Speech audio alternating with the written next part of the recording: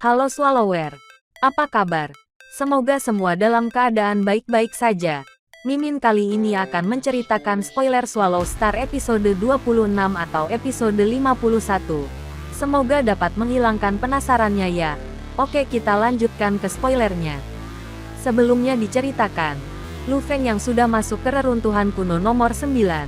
Dan ia sekarang berada dalam kurungan berbentuk kristal. Dan ia tidak bisa sama sekali menghancurkan dinding kurungan tersebut. Tiba-tiba suara misterius bergema di dalam kurungan kristal untuk beberapa saat. Luo Feng sangat gembira, kehancuran arkeologis akhirnya memberi petunjuknya. Dia dengan cepat melihat jam tangan komunikasi taktisnya, yang menerjemahkan seluruh pesan tersebut. Siswa elit Luo Feng, ujianmu, misi kematian, telah resmi dimulai. Manual instruksi dari 312 gerakan dasar pengendali akan diukir di dinding ruang pengujian. Setelah mempelajari 312 gerakan ini, kamu akan memiliki kesempatan untuk keluar dari ruang pengujian. Misi kematian mengharuskanmu untuk keluar dari ruang pengujian dalam waktu 3 tahun. Jika kamu tidak bisa keluar dari ruang pengujian dalam waktu 3 tahun, maka kamu gagal, dan kegagalan berarti mati. Di rumah kristal setengah transparan di labirin di kedalaman reruntuhan arkeologi. 3 tahun, wajah Luo Feng tampak sangat buruk. Dia bahkan tidak bisa menghubungi dunia luar di dalam reruntuhan arkeologi. Dan, misi kematian, khusus ini memberinya durasi 3 tahun. Jika dia benar-benar terjebak dalam reruntuhan ini untuk waktu yang lama, apa yang akan dipikirkan orang-orang di luar? Mereka mungkin berpikir dia sudah mati. Dan kemudian mereka akan menghubungi orang tuanya. Bahkan Su Xin akan tahu apa yang harus aku lakukan. Aku bahkan belum mati. Luo Feng tidak bisa memikirkan apa yang akan terjadi pada keluarganya jika dia tidak ada di sana selama 3 tahun. Aku harus keluar dari ruang pengujian ini secepat mungkin. Luo Feng memindai seluruh dinding ruang kristal. Dia mengepalkan giginya. Wah, terdengar suara mendesing. Kemudian 6 pisau lempar berubah menjadi 6 cahaya, saat mereka meledak dalam lingkaran dengan diameter 3 cm. Berkali-kali, Luo Feng dengan gila menyerang dengan semua kekuatannya. Luo Feng berteriak dari hatinya, aku tidak ingin tinggal di sini selama 3 tahun. Dia menyerang lagi dan lagi. Namun, tidak ada goresan yang tersisa pada bahan seperti kristal yang aneh ini. Tidak ada gunanya. Gumam Luo Feng berlutut tanpa daya ke lantai kotak seperti kristal. Pesan sebelumnya memberitahunya bahwa karena misi ini memberinya 3 tahun penuh keluar dari rumah kristal ini, tanpa diragukan, sangat sulit. Kalau seandainya saja dia bisa menghubungi dunia luar dengan jam tangan komunikasi taktisnya, untuk memberitahu keluarga dan pacarnya bahwa dia masih hidup, maka itu akan baik-baik saja. Tapi dia tidak bisa menghubungi mereka. Jika sesuatu terjadi pada orang tuanya, lalu apa gunanya hadiah ini? Jika aku tidak bisa menentang ini, maka aku hanya bisa menerimanya. Tatapan Luo Feng setajam pisau, saat dia memindai diagram dan kata-kata dari instruksi manual. Jika kamu memberi aku 3 tahun, maka aku akan keluar dari ruang pengujian ini, dalam waktu 3 bulan. Kemudian Luo Feng menekan tombol jam tangan komunikasi taktis. Seolah sedang merekam video. Dia merekam semua diagram dan kata-kata di dinding ke dalam arloji komunikasi taktisnya. Dan kemudian menerjemahkannya ke dalam bahasa manusia melalui perangkat lunak terjemahannya. Setelah sekitar 20 menit, manual instruksi rahasia untuk pengontrol dasar 312 gerakan selesai. Sampai sekarang, itu pukul 22.56 tanggal 9 September tahun 2057 di Beijing, Cina. Waktu berlalu hari demi hari. Tidak ada dinding di bumi yang dapat menghalangi semua angin. Karena Su Xin adalah bagian dari keluarga Su, dia mulai menyadari apa yang terjadi setelah Luo Feng hilang selama 5 bulan. Ketika dia dengan cemas bertanya kepada orang tua Luo Feng, mereka hanya bisa mengatakan yang sebenarnya. Meskipun mereka sangat sedih, mereka semua menunggu. Tanpa konfirmasi mutlak, mereka tidak akan menyerah. Kedalaman kehancuran arkeologis. Di dalam rumah kristal labirin, Luo Feng memiliki banyak rambut wajah, tapi matanya seterang bintang-bintang. Dia menundukkan kepalanya dan melihat arloji komunikasi taktisnya. Setelah memasuki setahun penuh, aku sudah berada di reruntuhan arkeologis ini selama 1 tahun penuh dengan pikiran. Kekuatan spiritualnya yang tak berbentuk namun kuat, melayang keluar seperti naga, saat ia menggulung potongan pisau demi pisau. Sepotong penuh 14 pisau mulai menari di sekitarnya. Mereka kemudian berubah menjadi 14 cahaya yang mengalir saat mereka menabrak titik yang sama di dinding kristal. 14 bilah pisau, masing-masing dengan kekuatan hantaman, lebih dari 500.000 kilogram, yang menambahkan hingga menjadi totalnya, lebih dari 7 juta kilogram. Bahkan Dewa Perang tingkat lanjut mengenakan set Dewa Hitam akan menjadi sangat terluka dari dampak. Jika mereka diserang beberapa kali, maka organ mereka akan hancur total. Kemudian rumah kristal itu bergetar sedikit. Tidak cukup, lebih dari 7 juta kilogram tenaga benturan tidak cukup. Ingatlah bahwa Dewa Perang tingkat lanjut yang biasanya memiliki kekuatan sebesar 300.000 kilogram. Dengan pengganda 3, serangan mereka hanya akan berakhir pada sekitar 900.000 kilogram. Luo Feng setidaknya 8 kali lebih kuat. Kekuatan ini jelas jauh melampaui Dewa Perang tingkat lanjut. Itu bahkan bisa mengancam eksistensi yang melampaui level Dewa Perang. Namun, ini tidak cukup. Aku pasti akan bisa keluar. Ayah, Ibu, Susin, tunggu aku. Luo Feng menutup matanya. Dua air mata tidak bisa membantu tetapi mengalir di pipinya, yang cukup terlihat karena wajah Luo Feng dipenuhi debu. Ruang virtual, ruang konferensi besar.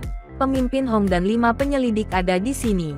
Pemimpin, sudah setahun penuh sejak Luo Feng memasuki reruntuhan arkeologis nomor 9. Bahkan orang-orang yang tidak bisa mengerti dan tidak bisa membaca apa yang ada di reruntuhan arkeologi saat itu, membutuhkan paling banyak 7 bulan.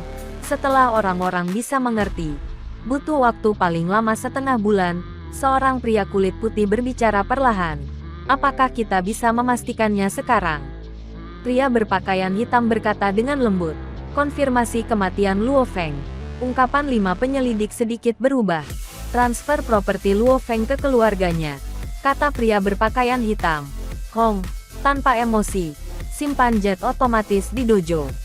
5 penyelidik melaksanakan perintah itu. Namun, mereka agak kagum bahwa Hong sangat peduli dengan keluarga Luo Feng. Dia secara pribadi memberi perintah.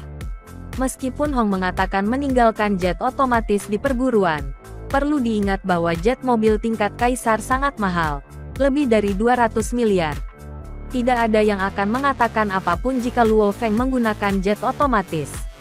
Tetapi jika keluarga Luo Feng memiliki jet mobil ini, itu akan menjadi bencana.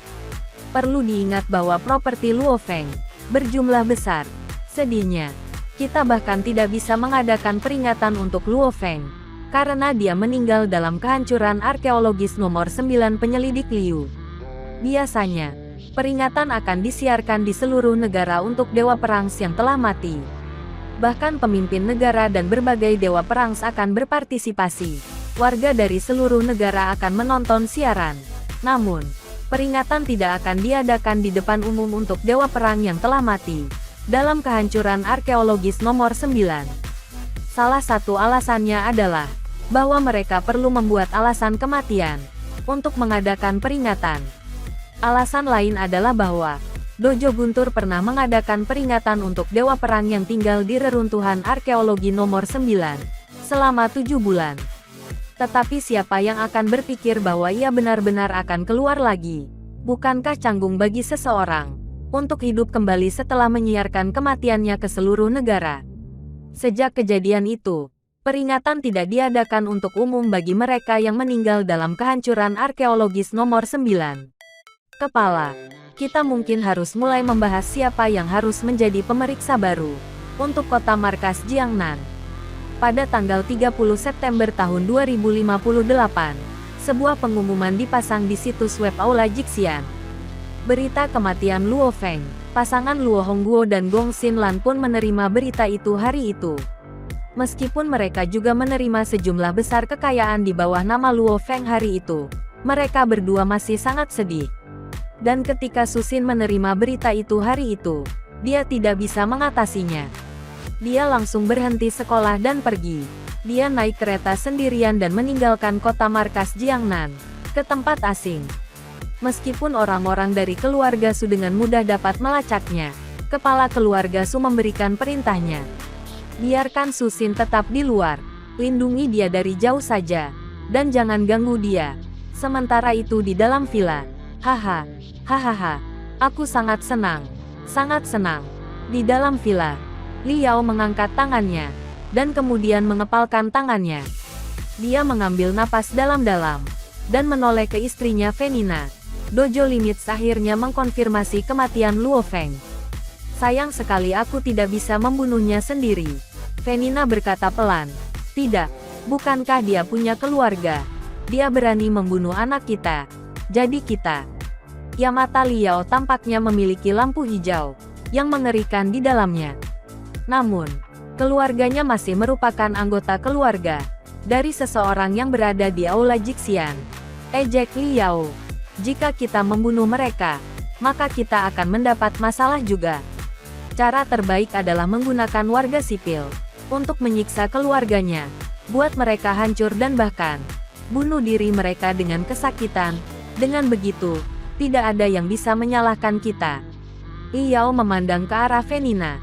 Sekarang jika aku menggunakan aliansi SDM, tidak ada yang akan menghentikan aku kan? Terakhir kali Liao mencoba melakukan sesuatu seperti ini, ketua majelis bawah tanah aliansi SDM menghentikannya. Luo Feng sudah mati. Siapa yang akan peduli dengan anggota keluarga orang yang sudah mati? Tawa Venina tanpa peduli. Ketika Luo Feng ada di sini, bahkan aliansi SDM harus takut padanya. Tetapi sekarang setelah dia mati, apa yang harus mereka takuti? Kalau begitu mari kita mulai, tersenyum Liao. Biarkan aku mengaturnya. Ada banyak ahli psikologi. Ini akan menjadi tugas yang cukup sederhana untuk menyiksa mereka dan menghancurkan pikiran mereka. Venina tersenyum. Sementara itu di suatu tempat di sektor Mingyue. Apa? Ibuku bertengkar dengan seseorang di Taman Lotus Pond dan terluka. Luo Hua tidak bisa mempercayai ini. Tetapi bahkan jika dia dipukul, mengapa ibuku menangis begitu banyak? Nani Tai dengan cepat berkata. Wanita jalang itu berkata terlalu banyak. Bahkan aku sangat marah. Tetapi dia memiliki begitu banyak ibu rumah tangga yang membantunya. Luo Hua memicingkan matanya. Meskipun Luo Feng adalah orang yang paling menonjol dalam keluarga Luo, Luo Hua juga sangat berbakat, terutama dalam hal kecerdasan. Bahkan Luo Feng mengakui bahwa dia tidak sepintar saudaranya, karena saudaranya mampu berkembang di pasar saham pada usia muda. Pasar saham adalah tempat yang dapat mencerminkan sifat manusia, dan Luo Hua berperang di pasar saham sejak ia cacat. Sampai sekarang, dia pasti dianggap sebagai ahli di pasar saham. Hanya saja, dia selalu dibayangi oleh saudaranya. Tidak peduli berapa banyak uang yang ia hasilkan, ia tidak akan pernah bisa menghasilkan sebanyak Luo Feng. Namun, dia tidak bodoh. Sebaliknya, dia sangat cerdas. Aku selalu takut bahwa musuh saudara aku, Liao, akan kembali. Mungkinkah dia, meskipun dia mungkin bereaksi berlebihan, Luo Hua tidak berani bersantai. Sampai sekarang, dia mengelola jumlah kekayaan raksasa, puluhan miliar dolar, yang ditinggalkan Luo Feng. Dan dia masih memiliki semangat alam 1000 tahun, yaitu akar gagak hitam, yang dikatakan sebagai harta yang tidak dapat dihargai. 2 bulan kemudian, apa? Tiba-tiba wajah Liao dan Venina tidak terlihat bagus. Kami tidak bisa melakukan apapun. Luo Hua kecil dari keluarga Luo sudah merekrut 6 panglima perang tingkat lanjut sebagai pengawal keluarga. Setiap kali orang tua mereka pergi, 2 panglima perang tingkat lanjut tersebut akan mengawal mereka, kata seorang pemuda suruhan Liao. Dengan hormat, kami tidak memiliki kemampuan untuk melawan dewa perang, sehingga kami tidak dapat melakukannya dengan cara yang sulit. Jadi kami mencoba dengan cara pendekatan yang berbeda, yang tidak membutuhkan kekuatan. Tapi, tiba-tiba Luo Hua kini telah menjadi pemegang saham terbesar ke-8 ICBC China, sehingga ia dapat menggunakan pasukan khusus Tiongkok untuk melindungi keluarganya. Liao dan Venina terperangah. ICBC itu adalah bank terbesar di China. dengan aset sekitar 10 triliun. Mereka mengelola lebih dari 50% saham sektor keuangan negara, sehingga 10 pemegang saham teratas memang memiliki jumlah otoritas yang sangat tinggi. Namun, 5 pemegang saham teratas, semuanya adalah organisasi besar dan bukan satu orang. Bagaimana udang kecil seperti Luo Hua bisa menjadi pemegang saham ICBC terbesar ke-8? Sekalipun ia memiliki puluhan miliar dolar, seseorang harus rela menjual semua saham itu kepadanya. Hampir mustahil untuk membeli begitu banyak stok dalam waktu singkat di pasar saham. Di Cina, aliansi SDM kami tidak dapat dibandingkan dengan pasukan khusus negara itu. Ini wilayah mereka, kata pemuda itu membungkuk. Keluar ucap Liao meraung. Pria muda itu tidak berani mengeluarkan suara saat dia pergi. Wajah Liao tampak mengerikan. Luo Feng cukup sulit untuk dihadapi. Tetapi siapa yang akan berpikir bahwa orang normal bernama Luo Hua ini akan membuatnya sangat sulit juga. Metode apa yang dia gunakan untuk menjadi pemegang saham ICBC terbesar ke-8? Aku tidak bisa mengalahkan kakakmu, tapi aku tidak percaya bahwa aku juga tidak bisa mengalahkanmu. Keluarga Luo. Mata Liao berkedip dengan cahaya yang kejam. Dan ketika Liao mulai melakukan segala hal untuk mengganggu dengan keluarga Luo. Baiklah guys. Sampai di sini dulu cerita spoilernya. Mohon maaf jika kurang bagus dan lebih bagus aslinya. Hehehe. Kan namanya juga spoiler ya. Oke guys, sampai ketemu di cerita spoiler berikutnya ya. Terima kasih.